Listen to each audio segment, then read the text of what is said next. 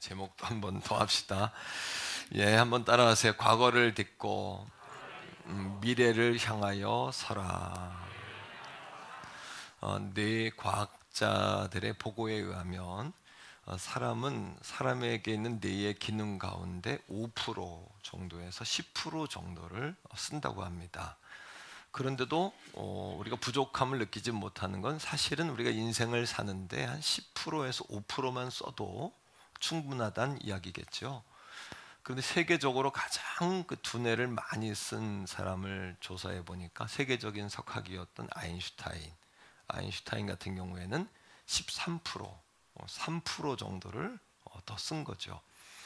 100% 가운데 그 정도만 써도 세계적인 사람이 되고 위대한 사람이 되는데요. 우리도 이제 새해를 한 번 더 맞이하면서 우리 안에 있는 하나님이 주신 잠재력, 영적인 잠재력을 한 1% 정도만 끌어올린다. 그 정도만 끌어올릴 수만 있다면 정말 위대한 그림을 그리는 사람들이 되지 않겠나. 영적인 거인으로 살지 않겠나. 또 이런 생각을 해보죠.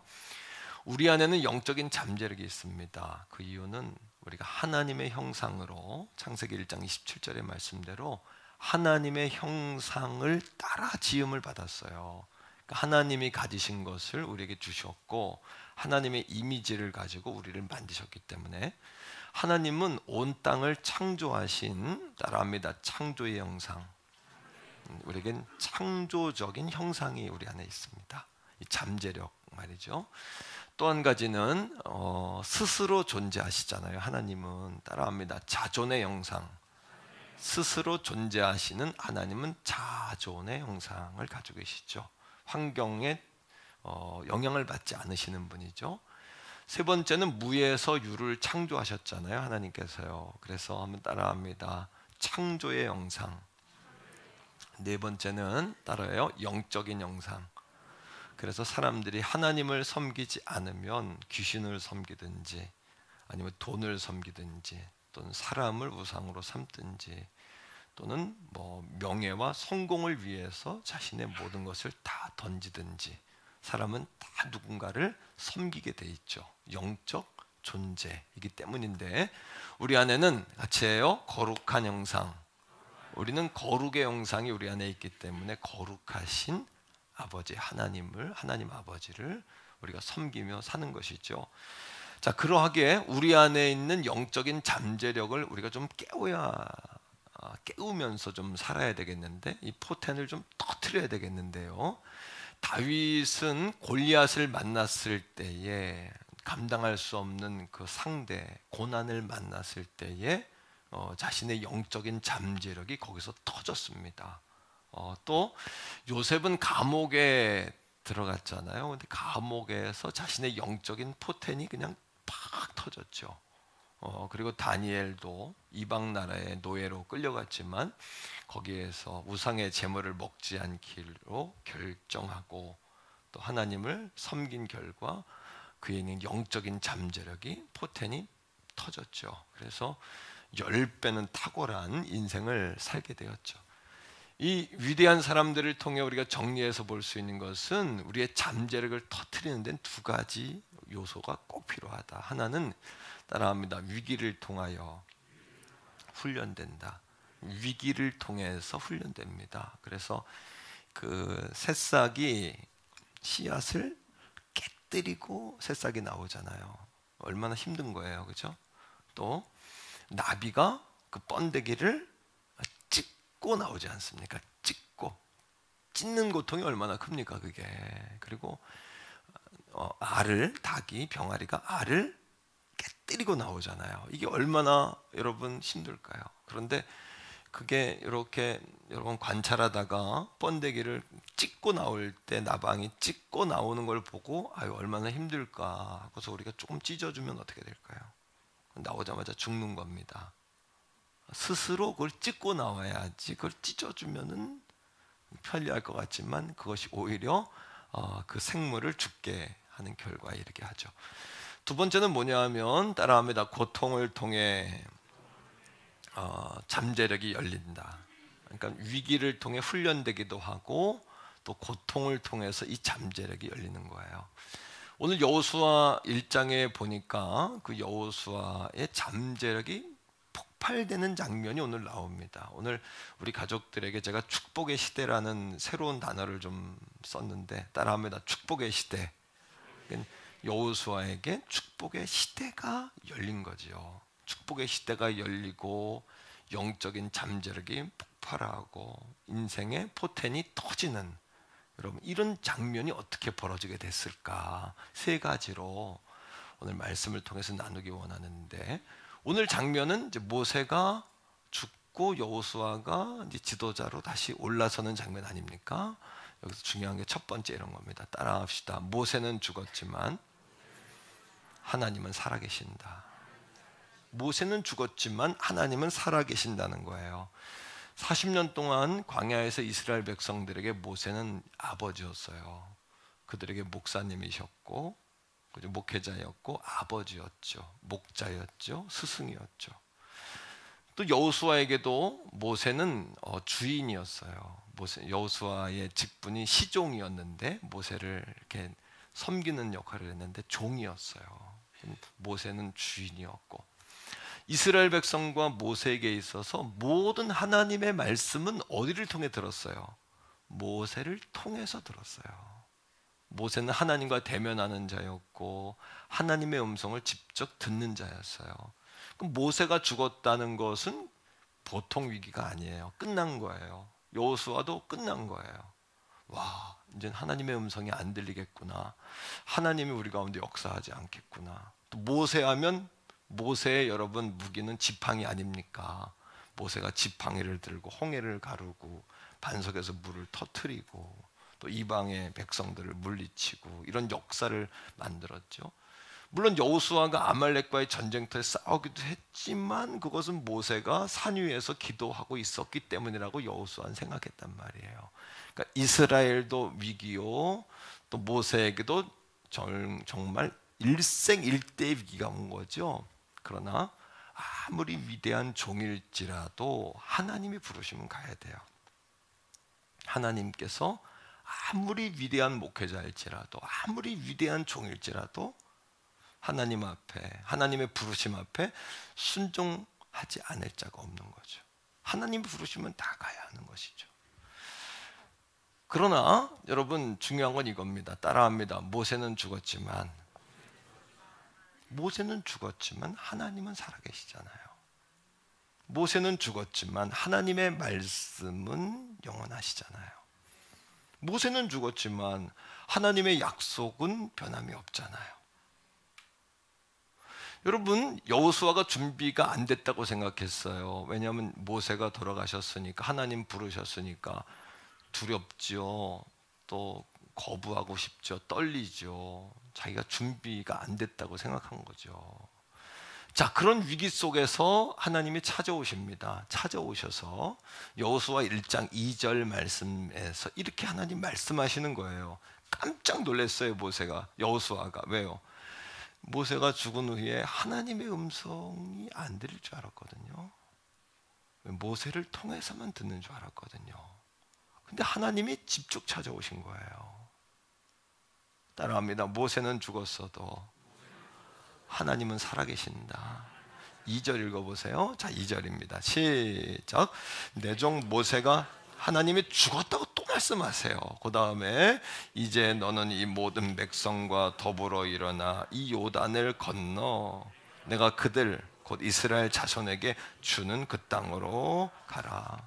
하나님께서 여호수아에게 임하신 거예요. 1절, 2절이 반복해서 말하는 게 뭐냐 하면 모세는 죽었다. 모세에 매이지 마라. 과거를 딛고 미래를 향해 서라. 가라 모세 했던 하나님께서 가라 여호수아 이렇게 말씀하시는 거죠. 모든 백성과 더불어 일어나 약속의 땅으로 가라. 이게 무슨 이야기일까요? 여러분, 모세는 죽었지만 하나님의 역사는 멈추지 않는다. 위대한 모세도 하나님의 역사 가운데 한 페이지를 위하여 쓰임받은 종일 뿐인 거죠. 하나님이 모세를 썼으니까 모세죠. 모세가 아니지 않습니까? 그도 살인자요, 광야에서 여러분 목동이었고 남의 양치는 종 아니었습니까? 하나님이 불렀으니까 모세죠. 하나님이 잡아주시니까 모세죠. 모세는 죽었지만 하나님은 영원하시고요, 하나님의 역사는 지속되죠.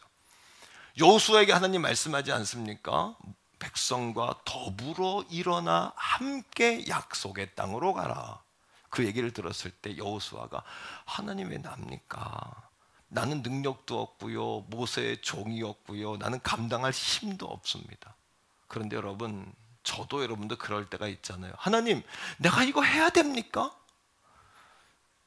그것이 여러분들의 사명이라는 것을 깨닫게 되시기를 바랍니다. 사명이 아닌 사람은요, 어떤 상황을 봤을 때 부담이 없어요. 내 일이 아니니까. 내가 해야 됩니까? 하겠습니다. 이런 고백을 안 합니다. 아예 관심이 없습니다. 그러나 사명이 있는 사람은 하나님 왜 접니까? 왜 꼭 내가 해야 됩니까? 내 어깨에 왜 그 짐을 지우십니까? 하나님 왜 나냔 말입니다. 나 좀 안 쳐다보시면 안 됩니까? 하나님 나 쳐다보시는 거 심히 부담스럽습니다. 그러나 사명이란 무엇이냐 하면 달려갈 길이라는 거예요. 따라합니다. 사명이란 달려갈 길이다. 이 아침에 첫 번째, 우리가 우리의 영적인 잠재력을 터뜨리기 위해서는 모세는 죽었지만 다시 말하면 과거를 딛고 미래를 향해 쓰셔야 합니다. 모세는 죽었지만 하나님은 살아계시죠. 3절 보세요. 자, 여호수아에게 하나님이 찾아오시는데 아마 여호수아는 굉장히 놀랐을 거예요. 끝난 줄 알았거든요. 이스라엘에게도 자신에게도 말입니다. 3절 시작. 내가 모세에게 말한 바와 같이 너희 발바닥으로 밟는 것은 모두 내가 너희에게 주었노니. 모세는 죽었지만 하나님은 살아계시고, 모세는 죽었지만 하나님의 말씀은 영원하며, 모세는 죽었지만 하나님의 약속은 지금도 저와 여러분들에게 영원하다는 사실이죠. 믿습니까, 여러분? 첫 번째 기억할 거, 아무리 위대한 종도 내가 바라고 믿고 의지했던 것도 다 가지만 오직 하나님 한 분만은 영원하신다는 거, 우리 예수 그리스도의 십자가의 약속만은 영원하다는 거, 우리가 바라볼 것은 오직 예수 그리스도라는 사실을 이 아침에 볼 수 있길 바랍니다. 두 번째, 어떻게 해야 우리가 영적 잠재력을 터뜨릴까요? 지난 시간에 이어서 두 번째 같은 내용입니다만, 두 번째는 이런 거죠. 따라합니다. 새 역사를 창조하기 위해서는 과거에서 떠나야 된다. 그 과거가 좋은 과거든 나쁜 과거든, 여러분, 과거는 기억하고 교훈으로 삼고 감사하면 돼요. 근데 과거에 어떤 사람은 내가 왕년에, 나 때는, 뭐 옛날에는, 예? 나도 뭐 이런 거 있잖아요. 따라합시다. 과거가 오늘을 좀먹지 않게 하라. 과거가 오늘을 좀먹으면 안 돼요. 너무 과거에 매여 있으면 안 돼요. 그것은 기억하고 교훈 삼고 감사하면 되는 거죠. 자, 말씀 속에서 봅니다. 에베소 4장 22절로 24절인데, 그리스도인이란 삶의 기준이 달라진 사람이에요. 달라졌는데 여전히 과거의 기준에 매어 살면 안 된다는 겁니다. 22절 시작. 너희는 유혹의 욕심을 따라 썩어져가는 구습을 따르는 옛사람은 벗어 버리고, 과거에 매이지 말고 과거를 딛고 미래를 향해 서고, 이런 이야기입니다. 새 역사를 창조하려면 23절이요 시작. 오직 너희의 심령이 우린 새롭게 된 사람들이잖아요. 24절 하나님을 따라, 의인은 하나님의 뜻을 따라 사는 사람이 됐다는 이야기고, 그 다음에 진리의 하나님의 말씀으로 지으심을 받은 뭐를 입으라? 새 사람을 입으라. 입으란 이야기는 바로 예수 그리스도로 옷 입으라. 예수님의 보혈로 옷 입으라. 그러니까 제가 예언을 합니다. 당신에게 축복의 시대가 열릴 것입니다. 옆에 사람에게 축복 예언해 주세요. 서로 시작. 당신에게 축복의 시대가 열릴 것입니다. 그러나 모세가 여전히 두려워했던 이유가 뭘까요? 하나님, 나는 못합니다. 왜 오늘 말씀은 계속해서 강하라, 담대해라, 오직 극히 지극히 담대해라, 왜 그러고 있을까요? 자, 말씀 속에서 볼 텐데요. 여호수아는 지난 40년 동안 뭐로 살았어요? 모세의 시종. 그러니까 여호수아의 머릿속에는 뭐가 가득하냐 하면 모세의 종이라는 이미지가 가득한 거예요. 종인데요. 종이란 뭐예요? 주인이 있고 뒤를 따라다니는 사람 아닙니까? 그러나 하나님은 모세를 통해 여호수아에게 약속하신 것처럼 뭐라고요? 더불어 함께 일어나 약속의 땅으로 가라. 하나님은 여호수아에게 더 이상 종이 아니라 거인의 자화상을 그리고 있는 거죠. 거인의 그림을 그리고 있는 거죠. 여호수아 안에 있는 영적인 잠재력이 폭발하기를 하나님은 기다리고 계시는 거죠. 새로운 역사를 기대하십니까? 새 역사가 일어나기를 원하십니까? 새 일을 보기를 원하십니까? 영적인 잠재력이 폭발하기를 기대하십니까? 그렇다면 사랑하는 성도 여러분, 먼저 여러분 안에 있는 종의 이미지가 깨져야 되는 거죠.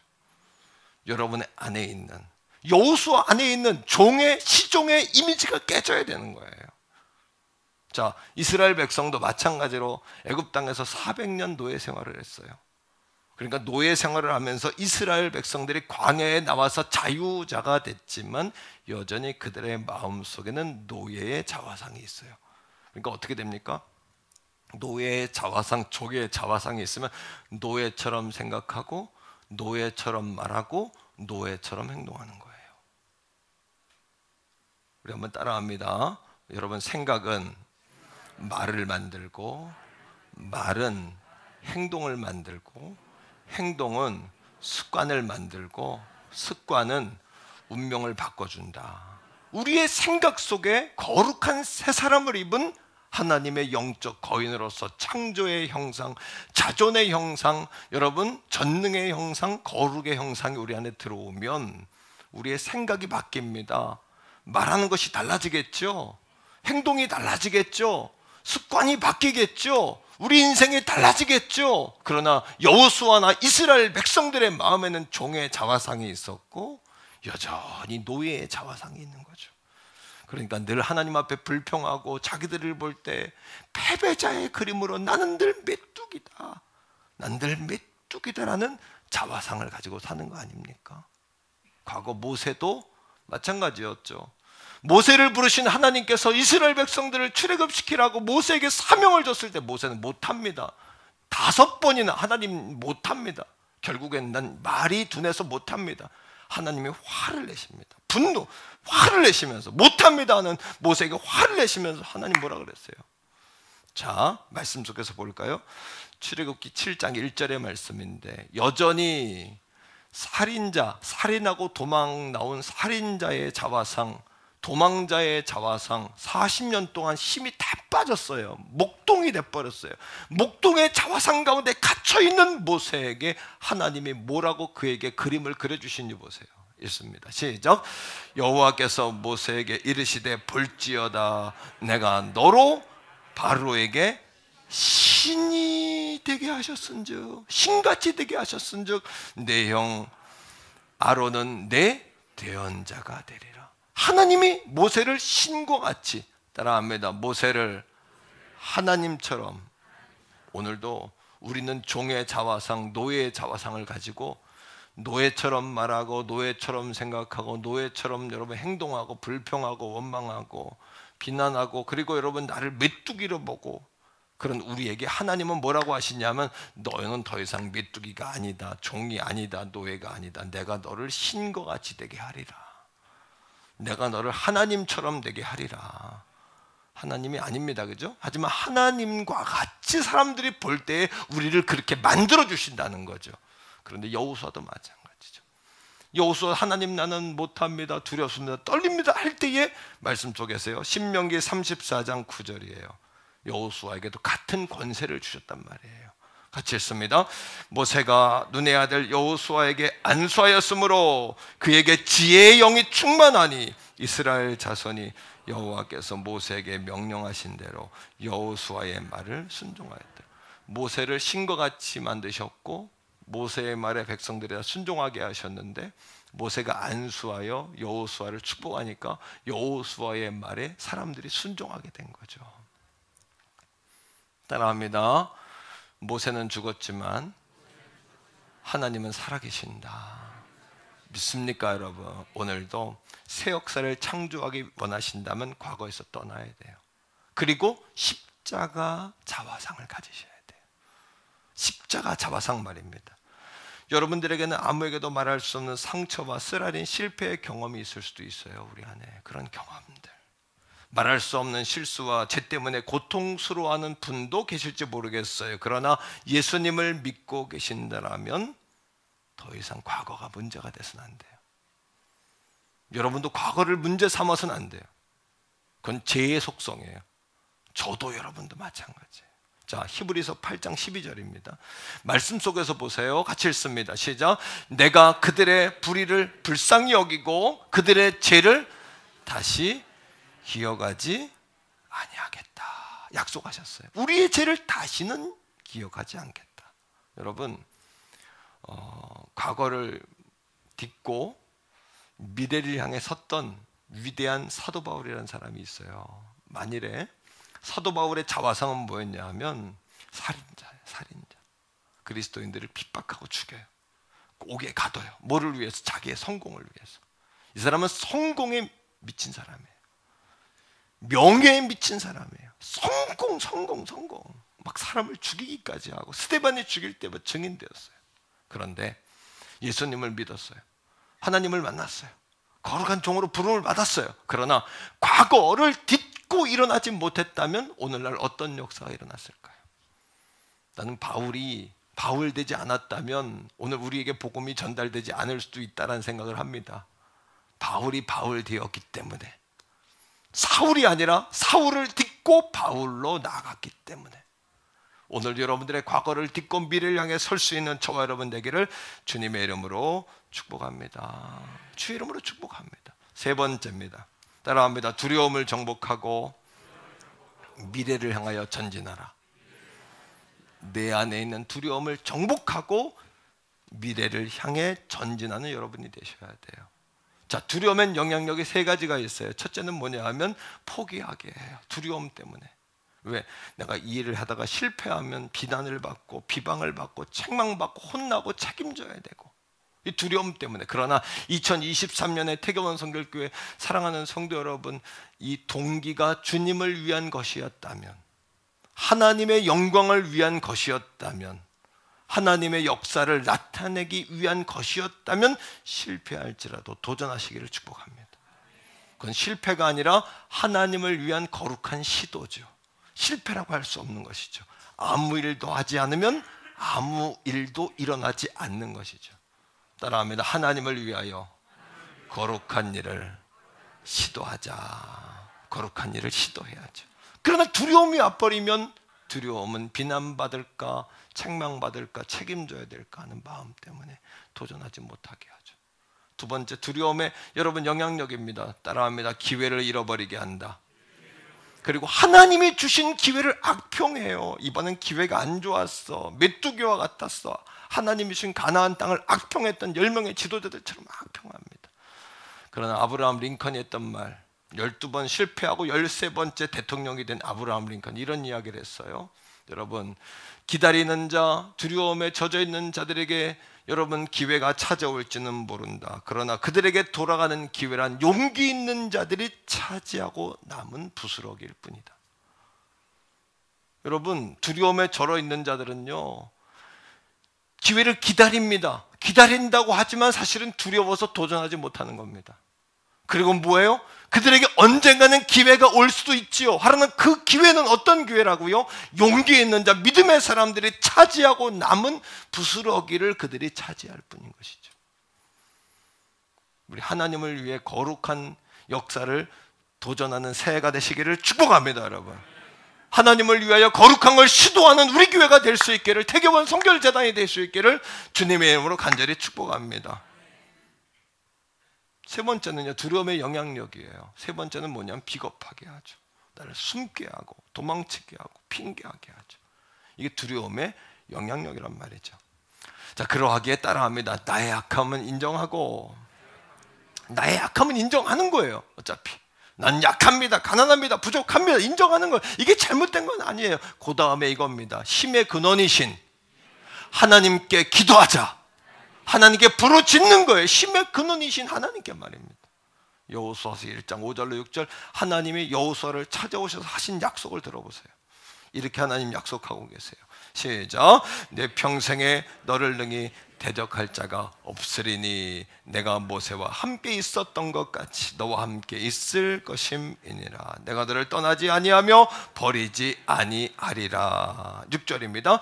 강하고 담대하라. 너는 내가 그들의 조상에게 맹세하여 그들에게 주리라 한 땅을 이 백성에게 차지하게 하리라. 두려움의 반대말은 용기가 아니라, 두려움의 반대말은 믿음이에요. 믿음이 와야 용기가 와요. 믿음이 와야 두려움이 사라져요. 한번 따라합니다. 두려움의 반대말은 용기가 아니라 뭐라고요? 믿음이다. 왜요?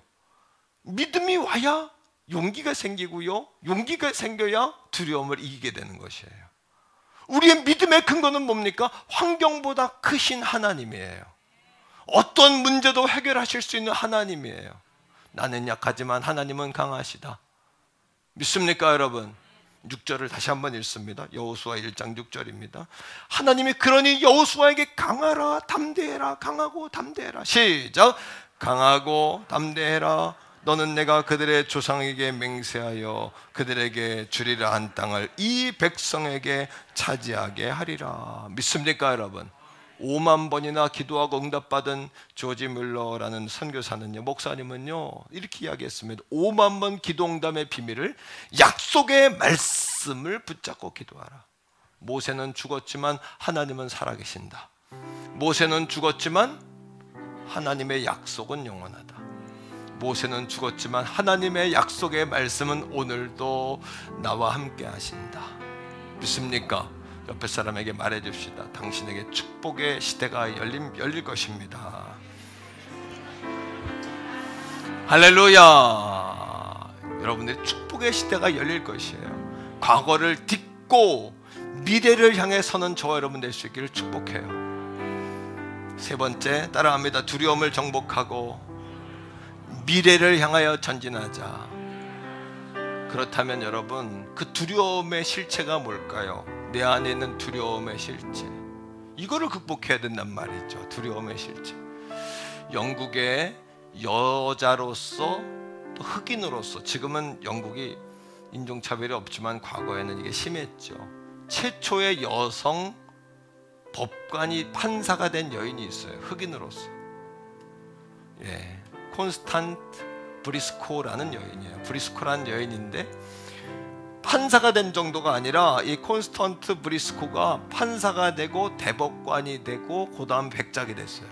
백작은 자손 대대로 백작이고 그에 걸맞는 땅과 물질과 명예를 보장해줘요. 나라에서, 영국에서. 그렇게 축복받은 하나님의 사람이 됐어요. 근데 이 브리스코가요, 야뇨병이라는 병이 있었어요. 밤에 오줌을 싸는 거예요. 그의 어머니가 어릴 적에 오줌을 싸면 쫓아버려요. 예.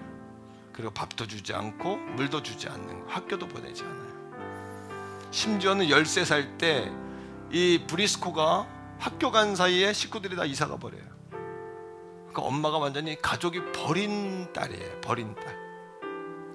심지어는 학교에서 졸업사진을 찍어서 왔는데 그 졸업사진을 보고 이렇게 못생긴 얼굴을 담긴 졸업사진을 살 필요가 없다고 안 사줘요. 그리고 고등학교 진학을 못하게 해요. 콘스탄트 브리스코가 쓴 사랑받지 못한 어글리라는 책이 있습니다. 어글리라는 책은, 어글리는 못생겼다라는 뜻인데 사랑받지 못한 못난이, 이런 뜻이죠. 사랑받지 못한 못난이의 주인공이 누구냐면 자기가 쓴 자전적 에세이인데요, 바로 자기 자신에 관한 이야기예요. 근데 마침내 그녀가 판사가 되고 대법관이 되고 백작이 되고 하나님께 영광을 돌리는, 마지막 영광 돌리는 삶을 살아요. 거기에는 그녀에게 귀한 멘토가 있었는데 코르인스키라는 중학교 때 선생님이 있었어요. 코르인스키라는 선생님이 브리스코에게 날마다 이야기하는 거예요. 얘야, 내 인생을 가로막는 사람은 온 세상에 한 사람뿐이야. 그것은 바로 너 자신이란다. 내 인생을 가로막는 사람은 사실은 온 세상에 한 사람뿐이란다. 그 한 사람이 단 한 명, 바로 너뿐이란다. 오늘도 사랑하는 성도 여러분, 두려움을 정복하고 미래를 향해 서자 그랬어요. 그런데 그 두려움의 실체가 뭘까요? 바로 나 자신인 것 같아요. 나 자신이 나를 제한시켜요. 하나님이 주신 것들을 악평하게 하고 나를 메뚜기 같다라고 내가 나를 그렇게 발목을 잡아요. 그리고 넘어서지 못하게 하고 그렇게 더 지경을 넓히지 못하도록 내가 나를 자꾸 가두는 거예요. 오늘 이 아침에 귀한 말씀을 통해서 따라합니다. 모세는 죽었어도 하나님은 살아계신다. 모세는 죽었어도 약속의 말씀은 영원하다. 이 약속의 말씀, 이 말씀을 붙잡고 다시 도전할 수 있는 우리 가족들이 되기를 축복합니다. 여러분, 과거에서 떠나셔야 돼요. 미래를 향해 전진하셔야 돼요. 그 여러분의 영적인 잠재력이 있음을 알고 영적 잠재력을 터뜨리셔야 돼요. 우리 주여 한번 간절히 부르고 이 아침에 여러분 부르짖어. 하나님, 나 자신을 정복하고 넘어서게 해달라고. 하늘의 미랄이 깨져서 썩어서 싹을 틔우듯이 나를 부인하게 해달라고. 그 아래서 깨어나오게 해달라고 주여 한번 부르고 기도하겠습니다. 주여.